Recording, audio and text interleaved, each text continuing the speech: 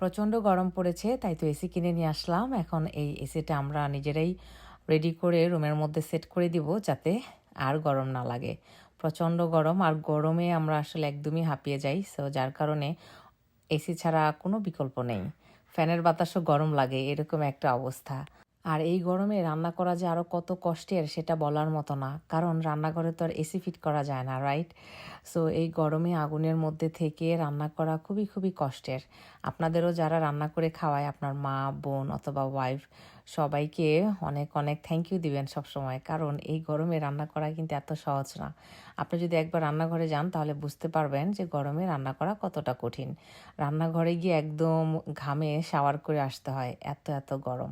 এই তো আমাদের এসিটি সুন্দর করে আমরা বের করে ফেললাম। এখন আমরা সেট করে নিব রুমে, উইন্ডোতে। আর এটা সেট করা খুবই, খুবই ইজি। আলিফ টাফির রুমে আমরা সেট করেছি। এখন আমাদের রুমে আমরা এটা সেট করে নিব। আর আমাদের রুমের জন্য আরেকটু বড় সাইজের কিনেছি, যেহেতু আমাদের রুমটা